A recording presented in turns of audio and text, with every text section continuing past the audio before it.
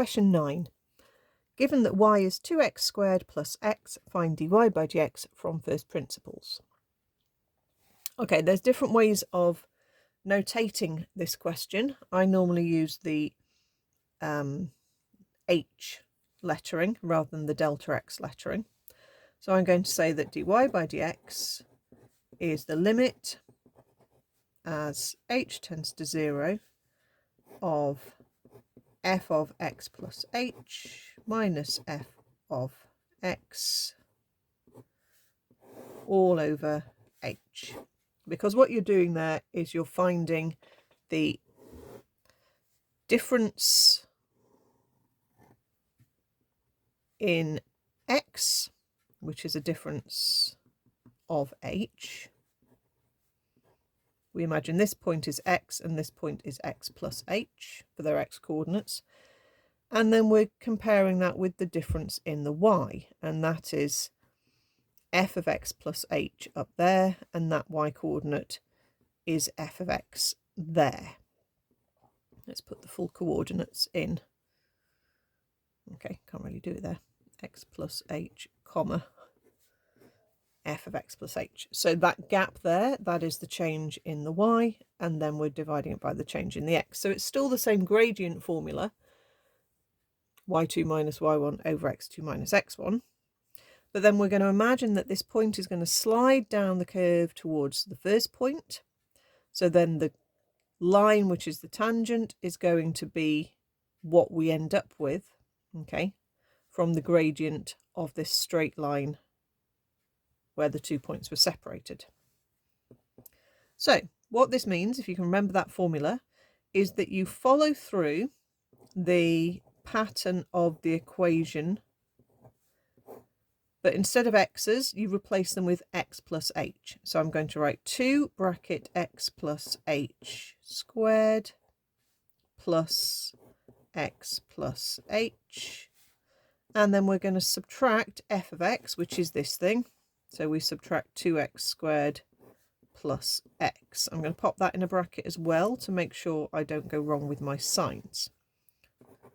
Okay, so you will get a mark for putting the right things into the formula. You don't generally get a mark for just the formula, but as soon as you start to put things in the right place, you start collecting marks. You have to keep writing the limit as h tends to 0.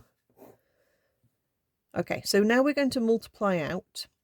So you can do all this timesing out in one go, or you can take 2 lines if you want. You're going to multiply out the square bracket first, and then you're going to times it all by 2. So you're going to get 2 middle terms, both the same, which are both xh, and you're going to get obviously the first and the last. So then when we multiply it by 2, we're going to get 2x squared plus 4xh plus 2h squared. So if you're happy doing all of that in one line, that's fine.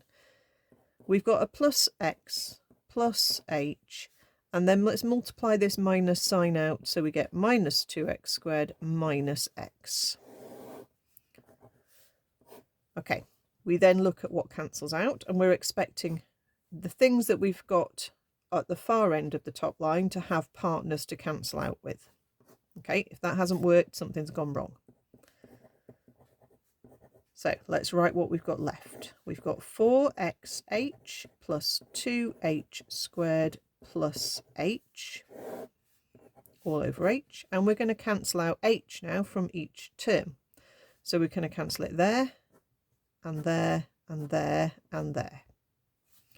So that now gives us the limit as h tends to 0 of 4x plus 2h plus, and that's a 1, remember. Okay, it hasn't disappeared totally, it's basically a 1 lot of h. So we've got a 1 after we've cancelled it out.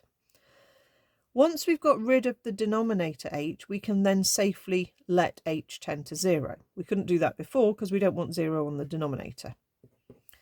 And when we let h tend to 0, this term disappears. And your answer is 4x plus 1. And you're done. And you knew that was the right answer because we know how to differentiate and we know we're going to get a 4x plus a 1 anyway. We've just got to get there the long way. And if you're using the delta x symbol rather than the h symbol, it's pretty much identical. Just be careful with your x delta x. Okay, but that's the process. So when it says first principles, you must do that. There's no point just writing down the differential of it. You won't get any marks at all.